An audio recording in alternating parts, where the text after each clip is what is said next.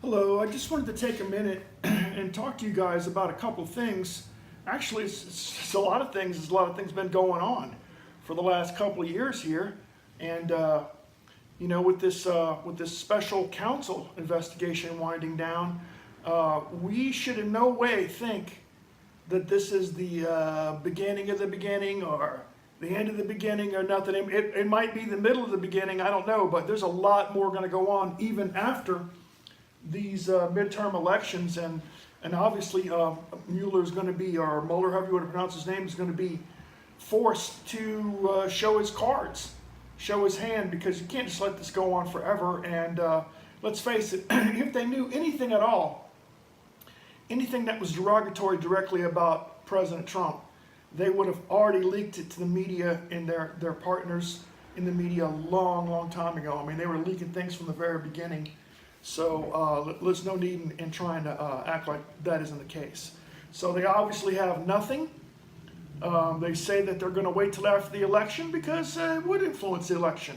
You know, if he comes out and says either way, it would be a bad influencing election. But let's be honest.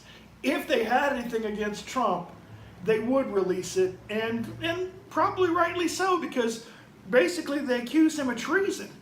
So they're saying he was working with a foreign government to influence the election. So let's just go through some of these things. There's been 2 years of investigations and 2 years of nonstop accusations of treason by the media. And I mean nonstop on nearly every channel. Well, every channel, because even on Fox, they bring people on there and they accuse him of treason and obstructing justice, which that is a crazy charge to begin with, because Mueller was not a good civil servant. He wasn't doing his job correctly, and there's a lot of questions about what he actually was doing, including the fact that he definitely admits he leaked information to the New York Times through his friend so that there could be a special counsel investigation, specifically for that reason, and that's completely illegal. It's not his job at all. So there's been 2 years of riots, and there's been 2 years of them holding up laws and judicial appointments, and there's been 2 years of illegal and unlawful leaks, including unmasking American citizens by the previous administration. Now, they say they had reasons to do this, or they deny it outright, but that's how these people's names came to light. These people like Manafort, like Papadopoulos, who are really the only big names that we've heard. And, of course, Roger Stone is accused of some things too, but we haven't seen any charges against him. And I believe if they had charges against him, they would have put him away a long time ago, because he's a very obvious target. So now we have to think about things like, the Las Vegas shooting, and the congressman getting shot, Steve Scalise, and Rand Paul being attacked, and all these riots and violent outbursts by people that are in favor of democratic control of the government, and bigger government for that matter.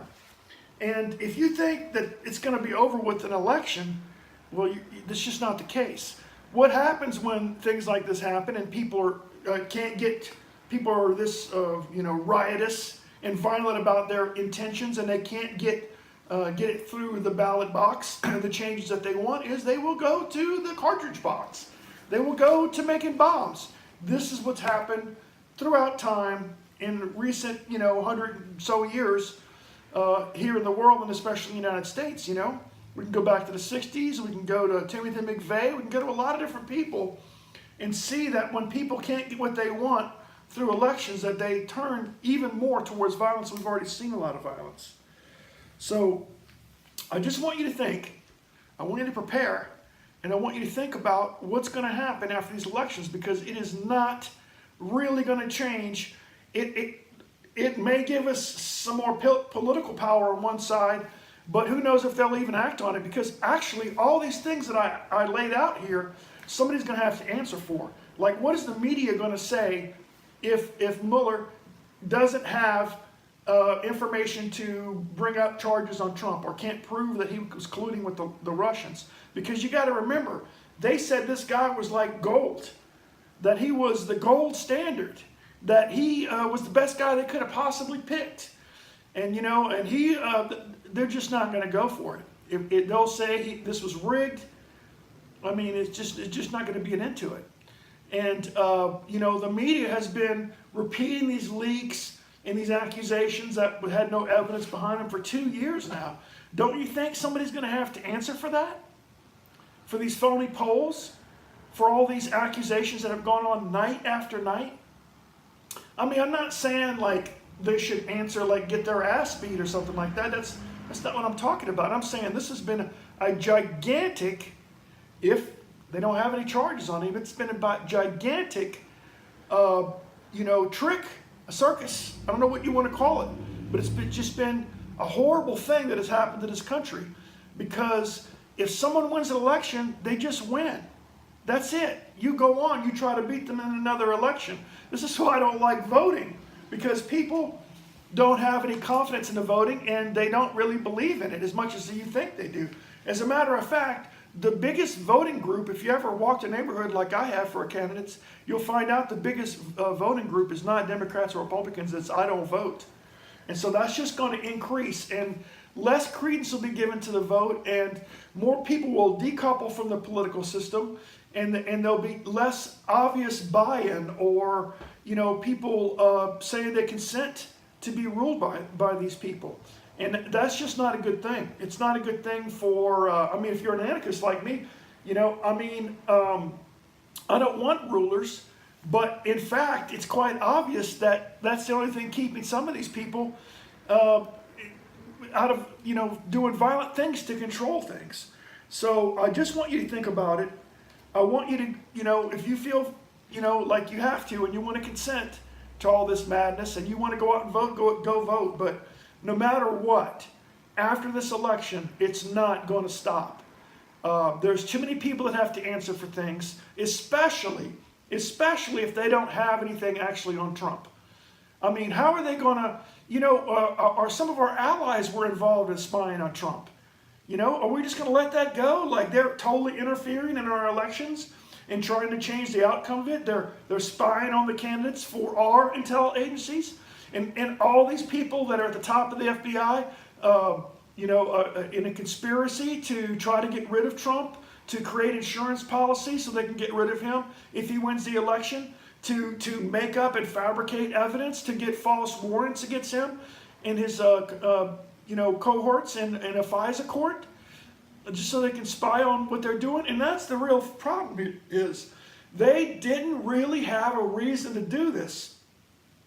So after the first reasons fell apart, they had to start trying to find some. And the only way they know how to find things is to tap your phones, to tap your computer. I mean, don't forget, paragraph 1 of their FISA warrant, if we were able to see it, would be that they said that there was a server in Trump Tower that was communicating with Russia. Well, that's been proven that was just really just like a spam machine that was spamming people in Russia, and and there was no banks in Trump Tower talking together. There was no money changing hands. If there would have been, man, you would know about it. And so that was completely demoted. So then, after that went away as their reason to get these warrants and to do all these investigations and surveillance and put spies in the incoming candidates, the opposition party's campaign, they had to come up with something else. So they tried to do all these wiretaps and whatnot, and that's really what it was. And that didn't work. I mean, they fully expected that everyone would be just like them, and if they tapped their phones long enough and read all their emails, that they would find something, but they weren't able to. And we don't know that exactly yet. I can't say that with 100% certainty, but let's be honest. If they had anything on Trump, they would have leaked it to the media already. I'm not even saying that would have been a bad thing, okay? Because if the guy was doing all these things, we wouldn't want him in office. We wouldn't want somebody that's in the back pocket of Putin or any other country in office. But in fact, all this has done is prove that we are actually still a colony of the United Kingdom and these other Five Eyes countries, and we are doing their bidding. And when we don't do their bidding, when we try to be nationalists and stick up for ourselves, this is what happens. they try to bring the guy down. If they could assassinate him, they would, but they can't, so they went this way. I invite your reply. Please put comments under this video and tell me where I'm wrong. But this isn't the beginning of the beginning, it's not the middle of the beginning, and it's not the end of the beginning. It's just another thing. And after these elections are over, it's just going to get worse. I appreciate it. Thank you.